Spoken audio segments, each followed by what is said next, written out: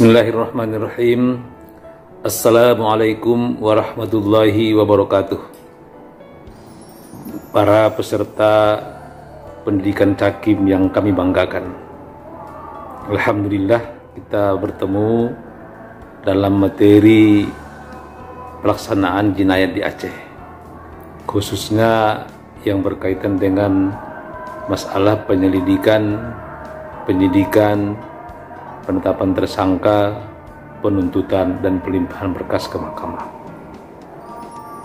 Saudara-saudara sekalian, dengan berlakunya syariat Islam di Aceh, ada beberapa lembaga yang ditugaskan untuk melakukan penegakan syariat Islam itu sendiri. Maka diawali dengan adanya kepolisian, kejaksaan, sampai kepada mahkamah, dan nanti sampai kepada lembaga pemasyarakatan. Dan ada juga yang dikenal dengan istilah WH, Wilayatul Hisbah. Itu berupa satu badan yang mereka melakukan pengawasan terhadap pelaksanaan syariat Islam di Aceh, sehingga mereka diberi kewenangan untuk melakukan penggerebekan, penangkapan terhadap pelaku-pelaku tindak pidana atau pelaku jarimah di Aceh. Itu Wilayatul Hisbah atau WH.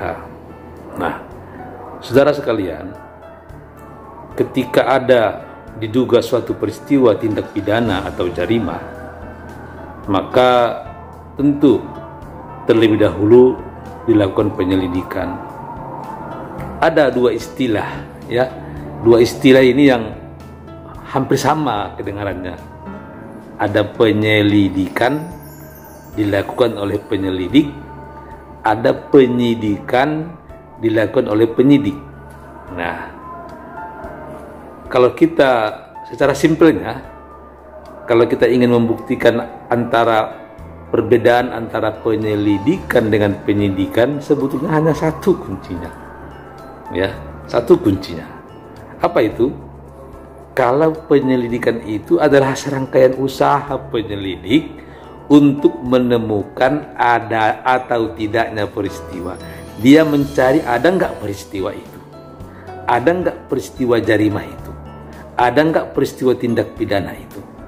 Contoh, pelecehan seksual, ada nggak pelecehan seksual itu yang dia cari. Dan apakah peristiwa merupakan tindak pidana atau tidak? Itulah tugas penyelidik. Jadi mereka melakukan penyelidikan untuk menemukan adanya tindak pidana atau adanya peristiwa jarimah sebagaimana yang dituduhkan kepada seorang pelaku jarimah. Nah, setelah ditemukan ada peristiwa, mungkin katakanlah kalau pemerkosaan, dengan adanya bukti visum et repertum, ya, dinyatakan bahwa si perempuan tersebut sudah ada ditemukan bukti bahwa ada pemerkosaan, sehingga ada peristiwa, ditemukan ada peristiwa. Nah, cuma siapa yang melakukan dan sebagainya, kan begitu. Nah, perlu bukti. Nah, setelah tadi penyelidikan menemukan ada peristiwa pemerkosaan atau pelecehan seksual atau peristiwa perjudian atau peristiwa minuman khamar, maka ditingkatkanlah ke tingkat penyidikan. Nah, apa tugas penyidik? Penyidik itu bertugas, ya, untuk menemukan apakah ada bukti-bukti permulaan yang mendalilkan atau yang menyatakan bahwa peristiwa itu terjadi. Nah, mereka mencari bukti-bukti, apakah keterangan saksi, keterangan korban dan lain sebagainya, sehingga mereka mencari bukti-bukti, bukti permulaan agar si pelaku tadi dapat ditingkatkan statusnya menjadi tersangka.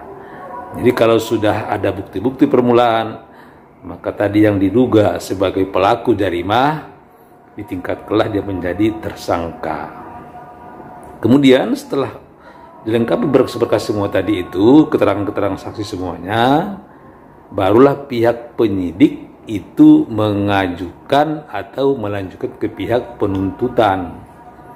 Nah, yang berwenang melakukan penuntutan adalah pihak jaksa penuntut umum, kejaksaan. Nah, jaksa melakukan penuntutan.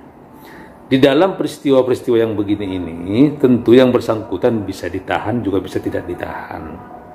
Nah, kalau peristiwanya atau kalau tindak pidananya itu ancaman hukumannya di atas 12 bulan, maka bagi penyidik diberi kewenangan untuk melakukan penahanan, ya. Melakukan penahanan itu mereka diberikan kewenangan paling lama 20 hari. Nah, 20 hari diberikan kewenangan kepada mereka. Apabila belum cukup, maka dapat diberikan perpanjangan penahanan paling lama 30 hari. Oke? Nah, setelah sampai ke penuntutan, maka nanti JPU, jaksa penuntut umum, juga boleh menahan tersangka. Boleh menahan tersangka dengan waktu 15 hari. Ya, 15 hari. Tapi apabila 15 hari ini nggak cukup, maka dapat diperpanjang paling lama 25 hari lagi. Nah, ada penahanan, ada perpanjangan penahanan. Penahanan itu dilakukan oleh penyidik, tapi kalau kurang, dia minta perpanjangan penahanan ke lembaga di atasnya. Demikian juga kejaksaan begitu. Nggak cukup, maka dia minta lagi ke lembaga seperti ke mahkamah, seperti hakim lah. Hakim umpamanya begitu limpahkan berkas ke mahkamah, hakim melakukan penahanan paling lama 20 hari. Ketika perkara belum selesai, maka hakim tadi minta perpanjangan penahanan kepada ketua mahkamah paling lama 30 hari. Nah, begitu. Jadi harus dibedakan antara penahanan dengan perpanjangan penahanan. Oke? Nah, tadi ketika JPU menerima berkas dari pihak penyidik, apabila JPU merasa sudah lengkap, maka dia ajukan ke mahkamah. Tapi kalau belum lengkap, tentu dia kembalikan kepada pihak penyidik untuk melengkapi apa yang harusnya dilengkapi menurut nanti kejaksaan memberikan petunjuk-petunjuk kepada pihak penyidik apa saja yang harus dilengkapi. Nah, saudara-saudara sekalian, begitulah jalannya proses itu sampai berbulan-bulan di tingkat penyidikan, di tingkat penuntutan. Nah, setelah jelas bagi pihak penuntutan, bagi pihak penuntut atau JPU terhadap berkas yang tadi, maka tentu pihak kejaksaan menyusun dakwaan. Ya, menyusun dakwaan, dakwaannya bisa alternatif, bisa kumulatif, dan juga bisa dakwaan primer subsidiar. Jadi subsidiar tapi yang biasa di mahkamah itu banyak dakwaan alternatif. Seorang JPU mengajukan dakwaan, bisa saja dakwaan pertama dia mendakwakan bahwa telah terjadi tindak pidana pemerkosaan atau tindak pidana pelecehan seksual atau tindak pidana perzinahan. Jadi ada alternatif seperti dakwaan. Nah, setelah itulah nanti mereka limpahkan berkas ke mahkamah untuk disidangkan. Tapi sebelum kita sampai ke mahkamah, karena topik kita nggak sampai ke sana, itu akan pembahasan lain. Maka di dalam sela-sela mulai dari penyelidikan, penuntutan, ada beberapa istilah di situ yang perlu kita pahami. Ada istilah tersangka. Nah, kalau tersangka berarti sudah ada bukti-bukti permulaan sehingga dia ditetapkan sebagai tersangka. Nah, ketika dilimpahkan ke pengadilan, maka tersangka tadi berubah menjadi terdakwa, kan begitu ya. Dan nanti umpamanya kalau sudah dipunis oleh mahkamah, sudah ingkrah, maka dia menjadi terpidana. Status seperti itu. Nah, saudara-saudara sekalian, dalam praktek di Aceh, di Mahkamah Syariah, baik di beberapa kabupaten-kabupaten seperti itu memang ya berkas-berkas yang sudah selesai dibuat itulah yang diperiksa oleh hakim sampai ke mahkamah dan sebagainya. Tapi nanti kita bahas itu. Kita nggak sampai kepada pembahasan tentang bagaimana pemeriksaan saksi-saksi di persidangan. Itu topik lain nanti.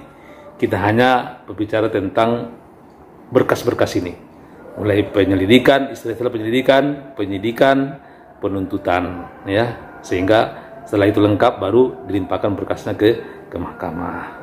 Barangkali dalam waktu yang hanya 10 menit diberikan waktu untuk ini, mudah-mudahan dapat dipahami, dan nanti hal-hal yang kurang jelas bisa kita pertanyakan ketika kita bertemu di kelas nantinya. Semoga ada manfaatnya. Wassalamualaikum warahmatullahi wabarakatuh.